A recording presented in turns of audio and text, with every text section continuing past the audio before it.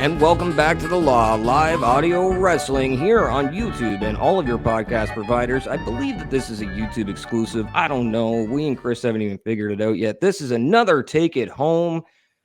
And as we're taking it home, I think my second guest here on the show is probably my favorite human being in the Ontario Indies currently, and maybe the entire Canadian Indies. It might even be all of North America. The reason why is because you're not going to see any of it until the end of this, because I'm going to talk to him like a normal human being. But on the Indies, he's known as Pretty Ricky Willdy. To me, he's just known as Nick the Ref. Ladies and gentlemen, please welcome to the show, Pretty Ricky. Morning. Thanks for having me. I'm really glad to be here. I like your setup. I love, I've commented on this a bunch of times, but that monitor with your face on it, how do I get one? Man, it was hard enough to try and track down one of those monitors in the first place. In my head, they're everywhere because they were everywhere when I was a child. But actually tracking one down in 2024 was a real noodle scratcher. So I went through Kijiji and Marketplace. It took me a while, and it was like $50 for that, plus the sticker and my labor. So probably like $51, something like that. I can get you one of those. I started thinking, like, if I was on Monday Night Raw, what would it be, you know? And it would be like it would be an actual marble head of myself would be the goal. But I can't do that. I don't have the budget, right? So I have to get. I went for this, and I think it's great. It's a filler. It's got the monitor. I think there's a lot of levels there, you know. You got that old WWE blue in the background. You know what you're doing. That's strategic. I guarantee that wasn't just the tarp that your mom found in the closet somewhere for you, right? No, absolutely not. I think it's fun. And like, if I'll give you just a little bit over this way. No, wrong way. I can't work my camera there. So there you can see the wall and the clips. And oftentimes during promos, I'll have that in there. I think that's funny. You know, It is. I think that's an added layer to it where, you know, you're the editor. You can put something back here if you want to. But this is honestly just kind of my living room to some degree because it's too much effort to take it up and take it down. So here it stays. For people that are watching that don't know you, we'll get into a little bit of who you are and what you do and all this good stuff outside of just looking gorgeous. But I've got to make a quick note here for anybody watching. Yes, there's two people wearing sunglasses indoors right now. If I took them off, you would be like, how the hell is this guy doing a show? So I just wanted to put that out there. But continuing on, so you wanted to become how much caffeine do you got going through you? How much caffeine right now? How much caffeine, yeah. Or just on a regular day? On a regular day and today. How are you feeling at this point? What's going on? If it was intravenous, like if I had an IV of coffee right now, it would not even match the levels that is normally in my body currently. I drink about 12 to 15 coffees a day. No word of a lie. Anybody watching that knows me or has been around me, that's truthful. About 12, 15 coffees a day. That's a lot. That's a lot, man. Well, what do you drink? I know you chew nicotine gum, dude. So I was gonna get into this. All right. So I have typically 2 cups of coffee in the morning, and then I have 1 in the afternoon, maybe a 4th if it's a rough day. That's a pretty typical day. On a show day, I can see 5, 6. The idea of 12, 15, ruthless, but I get it. You know, you got to get things done. I found nicotine in the past year, and honestly, it was the biggest improvement of my life in 2023. It was the real thing that I would like, you know, going through the checklist at the end of the year. What'd you get done? That's what I got done. I figured out nicotine. So never been a smoker, not a fan of it. Don't like smoking, don't like vaping. I was not doing any of that stuff when I heard about Nicorette and the idea of what nicotine gum could do for you. And I was chewing that for a long time. I liked it, got a lot out of it, but I found something even better. So you tell me to relax and not, be a character on the podcast. There's a reality. When a camera's on, can't help myself. Also, I am getting more and more fired up as we're talking. And the reason is because, if I just kind of pull into there, where is it? Yeah. See, I got this right here. I'm going to pull that up there. This is this is a pouch. Pouches. What is that, snuff? Pouches have changed my life. So it's a little nicotine pouch, and it's like, it's a little coffee that just kind of sits on your lip. It's great. I'm more focused, I'm sharper, I'm excitable, and that's what the people deserve. I'm worried when you find Adderall. I'm worried Oh, buddy. for your everyone in your life, not just you, but just everyone around you. I am so scared. Don't have the money. Next time you go to Mexico for vacation, just send me a text first, and I'll let you know where to get it cheap. Okay, so Buenos you are, dias. if anybody's listening, and we haven't even said it yet, we may have said it. You're an actual active professional wrestler. Boom. Yeah. So when you started out in professional wrestling, what was the reason why you got into it? I'm gonna get through these marquee questions, and then we'll go straight to the kibbles and bits. But what made you want to get into wrestling? So it was in my house longer than I was. My grandma used to watch it. My great grandma watched it. My granddad used to work at the Civic Center, and he would sneak my mom into it so she could sit for free and watch the wrestling. Brantford's a big wrestling city, so I've been hooked into this for a very long time. And then when I was like a child, man, I'm talking like 10, I would get dropped off at a bar in Brantford because there was live pro wrestling upstairs, and then I would go home for dinner, and then I would come back and they would play the pay-per-view at night. That was also the same venue that my parents had their wedding reception. So it's like, it's a small town, but it's a wrestling town, buddy. So it's my whole life. What is it? SummerSlam, and I always get the year wrong. I think it's 91. I could be wrong, but that tape, we just had it. It was like recorded off pay-per-view from my cousin. We had it since I was born, and I would watch it all the time. So yeah, I've just been a little obsessive with it. And then, I everyone in my family likes things, but I just take it a little bit further than everyone else. So I apologize. But beyond that, I've always kind of been in love with it.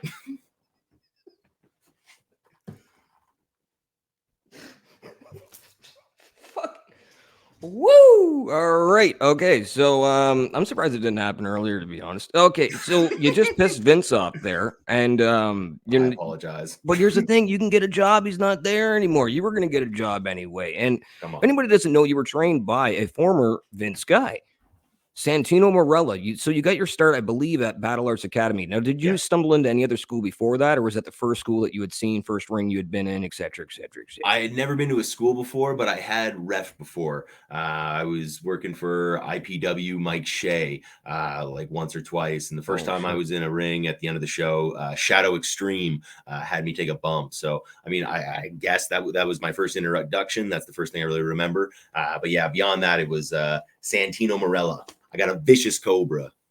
No, so you're talking about being a referee. That seemed to be a thing that you were doing quite a bit when you first started, when you got the green light and went out there. Was that a choice, or was that just circumstance and you kind of fell into it? No, it was like okay, this is going to be brutal. First year university, I dreamed up this idea of a season of YouTube videos that would be centered around professional wrestling. I was obsessed, right? So I was just coming up with stuff. So we rented out my old elementary school gym, and we set something up and tried to do it. By the end of the filming, it's funny looking back on it now, but at the time it was just like, oh, this just doesn't look right, and it didn't look right. The promos were fun. We were doing promos, but then the actual match would take place, and it was just horrendous. It was awful. So from doing that, I had gone to Foot Locker, and I bought a referee shirt so that because that's how I put this together when I was 18 years old trying to figure something out. But from that, I had a referee shirt. So then I used that and told that to Mike Shea, got hired as a referee, and just kind of started figuring it out from there. So the ref thing, when you were doing battle art shows, you were working more as a ref than you were a worker, were you not, or no? I was training at the time as a wrestler, but during the monthly shows, I was refereeing. That was mostly a ploy by myself. I didn't feel like I was good enough to be a wrestler yet, and I didn't want to have to sell tickets, which was part of the monthly thing. So I kind of hid out as a ref. Which is extremely smart, because you kind of did things a little bit, look, I wouldn't say backwards, but what you were doing is you were getting experience and working on the weekends, but you hadn't even finished training yet. You probably hadn't even taken a power bomb yet, and you're out there. That's really smart of you to do that. Yeah, I was meeting all the promoters, I was meeting all the guys, and I was kind of making like all the roads. So by the time I was a wrestler, I knew who all the people were, who I needed to contact, and who I needed to impress more or less to get where I wanted to go. That's a very crafty move on your end, and obviously it helped pay it off. So then you stopped doing the ref thing, even to guys like me, where I was like, hey man, I don't think you should stop doing the ref thing. Like, Ontario doesn't have a lot of good referees. You're a really good hand. Yeah. And you're like, no, I got this thing. And out of nowhere, It wasn't that you had this thing. You just wanted to be you. Yeah. Right. And this is what you're looking at, ladies and gentlemen, is what this is. This is Ricky. It's crazy because there's photos of me in like almost every year of my life where you can just directly see the progression. There's no hiding any of this. When I got into wrestling, I was like so under the impression of everyone who's involved with wrestling is someone special and is a hardworking person that I need to impress. So I need to be on my best behavior at all times. After getting comfortable on the scene a little bit, I let my hair down, and kind of let it all out. But in terms of what I wanted to do in the ring, I kind of always knew, and it was just sort of putting the puzzle pieces together, when I figured out like the big smoocher and kissing and all that, that was kind of just like a label to put on it. It may as well have been, and now I'm a cowboy, it was, and now I'm an octopus. I don't know. It's all just kind of the same thing. It's just going to be me, now I'm a vampire. All right. So when you did this character, what was the biggest goal that you had to accomplish outside of like, these crazy goals that are up in the sky? What was your realistic goal that you're like, okay, this is what I want to do with this? And did you achieve it? I mean, I wanted to get booked, and I wanted to get on television doing it, and I've definitely done that. I got on Impact as Pretty Ricky, so like that's a little checklist on there, and that's kind of what I was going for. Who did you work? Oh, it was a tag match. I think it was me and Reverso, and it was against OVE. So yeah, it was a lot of fun. Had a good time on that. 3 people in there sound like good people. Moving on. So thank you. So you got to do TV, and then what was the next thing? You're like, hey, I'm going to start promoting shows now and make some money, or do you have a goal that you still kind of have laid out that you haven't accomplished? Like I said, outside of those, let's get hired by a huge company. That's the goal everybody has. I mean, that's the goal. And honest to God, the other one was to work for the WWE, and I got that accomplished last summer as well. So the Tell me about that. Man, it was as much as you can. Honest to God, here's the story. I ran a show last year as a benefit show because I don't. Promoting is a pain in the ass, and it's not something I've ever dreamed of doing. I don't. That's not what I've reveled in. I've always wanted to be a wrestler, and the task, the responsibility of it's a hell of a lot. So to take it on is something I would only do if there's a situation that calls for it. And we had a family friend who had an issue, and we needed to raise some money for it, so we put on the show. And during that show, I was wrestling a cage match, which is not my typical thing, and I kind of hurt my knee. And then later that summer, I had a WWE tryout with Gabe Sapolsky, and I fully tore my meniscus, and it was real pain in the. I shouldn't say fully. It didn't like tear side to side, but it was enough that I was out of commission, and I had to quickly get to the finish, and I was in a real problem. I was recommended to surgery. I had all the scans done, and then they came back with a real problem. So it was a terrible situation, and it was the worst possible time for it to happen. But from that, I did actually get whatever I did in the ring that day. I don't really remember, but it was enough that I got booked for the Toronto show. And I'm not saying it's a lot, right? Like it was extra work, and I understand that. But just to be invited backstage. Don't let anybody in the locker room or let anybody that's even been there or not been there say that it's not important, because that's fucking bullshit. And I don't care what anybody says. Maybe it was different back in the day. Like, because I know that when I came in 2003-ish, the end of 2002, the beginning of 2003, going there and talking about it and bragging about it was something that you were supposed to do. Yeah. You accomplished it. And then it became over 15 years or so. It became like sometimes they were hiring extras and they were filling the back, and guys kind of talked down about it. It's nothing to be.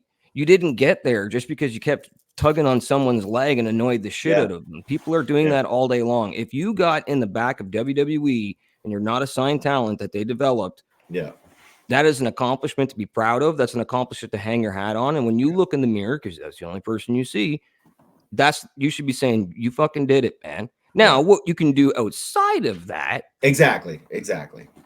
Right, but you don't ever shoot that down, or don't let it. And unless you want to, if you're just like, no, you know what, it's not that big of a fucking deal. Well, then that's how you roll. Yeah. But I've heard a lot of people where they don't even like talking about it because they feel like if they say it, for one, it's either bragging. It's not. Yeah. It's an accomplishment. It's you. Why are you being interviewed if you don't want to talk about you? Fucking stay at home and shut the fuck up then, right? And play Fallout like the rest of us. Or it's something that can be seen as it's not that big of a deal. It is that big of a deal because we all grew up depending. Well, I don't know who's watching this, but me and you, I'm a little bit older than you, but WWE was the thing to watch. Yeah, Still yeah. currently is. Yeah, exactly. And it has been my whole life. So yeah, it was huge for me. All right. Tell me about walking through the back.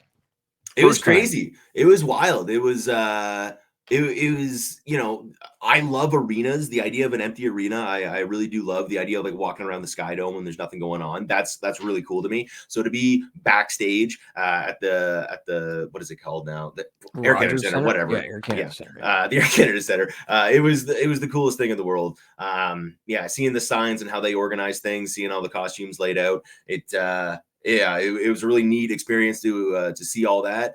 It was really cool first time I walked into catering, I knew a bunch of people back there and they were coming up and talking to me. And I understand that it's the Toronto show, so it's the people from the Toronto scene, but it was still like, I expected to be this little guy in the corner trying to get away. And I show up and it's, oh, Nick, how you doing? So that was, that was a pretty cool experience. It's more of a friendly environment than most people realize when you're going into your hometown or your home area too, right? Yeah, for sure. Yeah. So your overall experience with them seemed to be positive outside of a couple hiccups, but yeah, super positive. Cool. So that means they still got their eye on you. Yeah. I'm hoping. Someone I was with got kicked out while I was there, so it was really funny because he's a good friend of mine and we were palling around. So it was quite a good moment for me. Sometimes it takes a couple of months or a year or so for that stink to wear off, but you know, guilt by association sometimes, and sometimes that's good though. Guilt by association, it can go either way, and that's the risk you take of putting yourself out there like that. So I was standing in front of one of the agents, and that guy didn't have the paperwork and was fumbling all over. And I brought an extra copy of everything because I'm meticulous. So I was able to go, do you need an extra one here in front of the agent? And I felt that looked real good on me. So I'm a little eccentric. I'm a little weird, but I'm also a little obsessive compulsive if it doesn't come across. No, that's a blow up your chest kind of moment when you're walking away, right? Yeah. No. Okay. So then you've got to work for WWE. So let's say all your goals outside of the big ones are checked off. Mm-hmm. What are you doing now? How many years are you into the industry now? 7, something like that. Okay, so you're rounding about, let's say you work a lot. I would say you're probably, I don't know if you record it, but maybe 650, 675 matches or so. Something like that, yeah. Yeah, am I roughly right? Yeah, you're in the ballpark for sure. I would think so because around 10 is when you should be hitting about 1100 if you're constantly working. That's how fucking long my little ass has been involved in the industry and been dealing with people and watching their careers. I watch too many people's careers, and that's why I hate most people that I come in contact with. So are you promoting now in Brantford? Like, is that you or is that the city of Brantford and you're just the man behind it? We're Brantford Wrestling. I'm one of the guys involved. I'm really just I'm the promotions department. I'm the guy with the loudest megaphone in terms of wrestling in this generation in this area. So trying to get that out. But we got a lot of help. We got a lot of support from our city, and we're very happy about that. Outlaw Scott Chase, Brantford wrestling legend. He's a big component of it. He's one of the guys who's kind of helped put it together. He's running it. And he's in charge of the operations more or less. The reality is everybody who puts money in gets a say. So that becomes a lot of cooks in the kitchen, and that's part of the problem with promoting right there. But we're very happy to have everyone. We're very excited about that. And this year, Outlaw Scott Chase has been inducted into the Brantford Sports Hall of Fame. So we're very excited for that. We're very proud of him, and it's an exciting time for Brantford wrestling and wrestling in Brantford because again, the city is got a rich history of it. We got like 3, now going to be 4 wrestlers in our local Hall of Fame. So it's exciting that it's being honored like that in this way. And every major city, or I guess medium-sized city, depending on where you go, has a Hall of Fame. But Mhm. does anyone else's city have the greatest hockey player of all time in Come their Hall on. of Fame? Come This is Wayne on. Gretzky. This is the city of Gretzky, my friends. It's not a small, or it's not a huge city, but it's got a lot of great people coming out of it. So yeah, we're the city of Wayne Gretzky, and we're very proud of that. Didn't Jim Carrey live there for a bit and a portion of his life, Phil or just Hartman.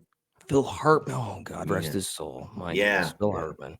Well, thanks for bringing the mood down, you fucking I prick. apologize. Wow, his wife shot him in his bed. You know That's that, true. right? He That's woke up true. with a fucking double barrel in his face or something, right? Yeah. Ugh. Yeah. Oh. Gruesome. Awful So, lady. Real speaking of terrible. crazy I ladies, don't care how's what your love anyone life? says. Speaking of crazy ladies, how's your love life? Oh, I'm doing well. You're doing I'm well? That's good. I'm That's good. madly in love, you know. With a chin like that, you would have to be doing well. Come on. Yeah, you got quite the definition. Now that's going to go away and eventually turn into like a second chin on you. You Don't got say maybe that. 10 years Don't left. say that to me. That's my biggest nightmare. Don't say that. I'm going to stop eating entirely. Oh no, don't do that. Don't do that. Don't do that.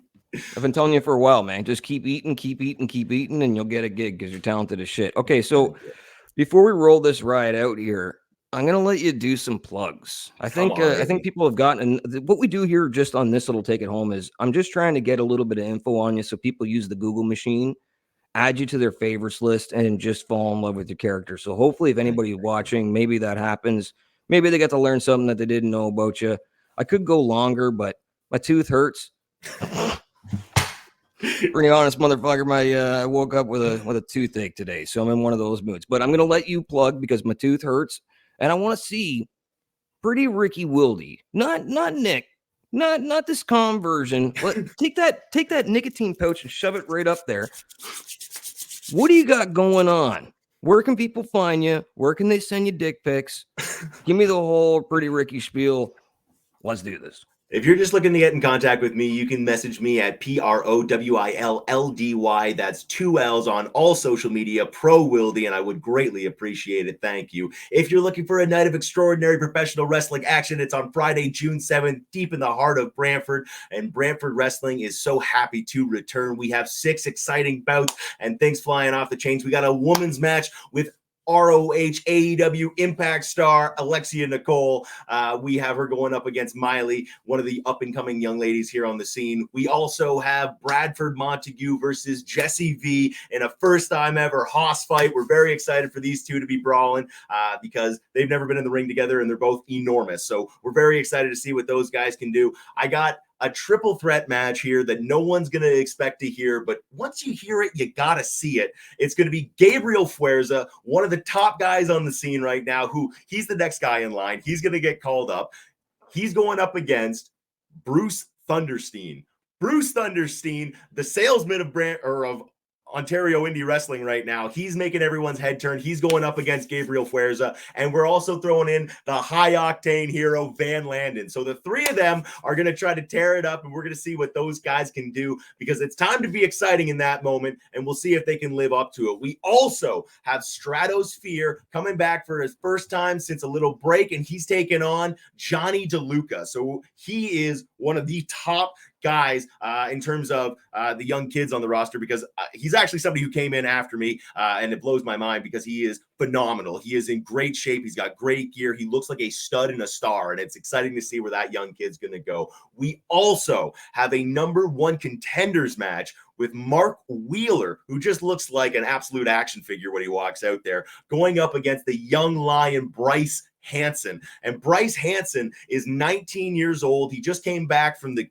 New Japan dojo in California. He is stacked. He's trying to get signed. He is so jacked. And him and Wheeler are going to be battling for the number 1 contender spot here in Brantford. So we're very excited about that. And our main event, Pretty Ricky Willdy, hometown hero, the Brantford Wrestling Champion, is going to be taking on Jeff Black. And we got some stakes on this match because not only is my title on the line, but if I lose, I will never wrestle in Brantford again. And there's a reality that I'm getting a little bit older. My knee's still a little bit torn up from last year. And if I can't handle the responsibility of winning this match, then I just don't deserve to be the guy in Brantford on the poster, on the billboard, on all the promotional materials. So there's a lot of jeopardy here. If Jeff Black loses, he never gets to wrestle for Pretty Ricky's title ever again. So we got some finality here, and we got it in a dog collar match. We're going to be chained to the neck. We're going to be having a real hard fight. So it's very exciting to see where this thing's going to go. All the action takes place on Friday, June 7th. Tickets are available on Eventbrite with Brantford Wrestling. You can message me, but please come out to the Knights of Columbus in the heart of Brantford on Friday, June 7th. If you want to see a night of tremendous wrestling action, TV in Brantford, we're very happy to have their support. Some of our sponsors, for instance, we have Terry Summerhays, the real estate team. We're very excited to have them on board. Bulldogs and of Brantford Wrestling. So they're going to be there for us, and we're very excited to have them. That's RD DePaulo Heating and Cooling. All of our t-shirts, obviously manufactured by Brantford Apparel. Brantford Apparel, one of our great dear friends and sponsors here in Brantford. The best t-shirts, sweaters, hoodies, hats you can find, embroidered and beautiful, all from Brantford Apparel. We also have Campaign Media helping us with our production. Could I tell you how wonderful Campaign Media has been to us, not only supporting but helping us with some of our own production here?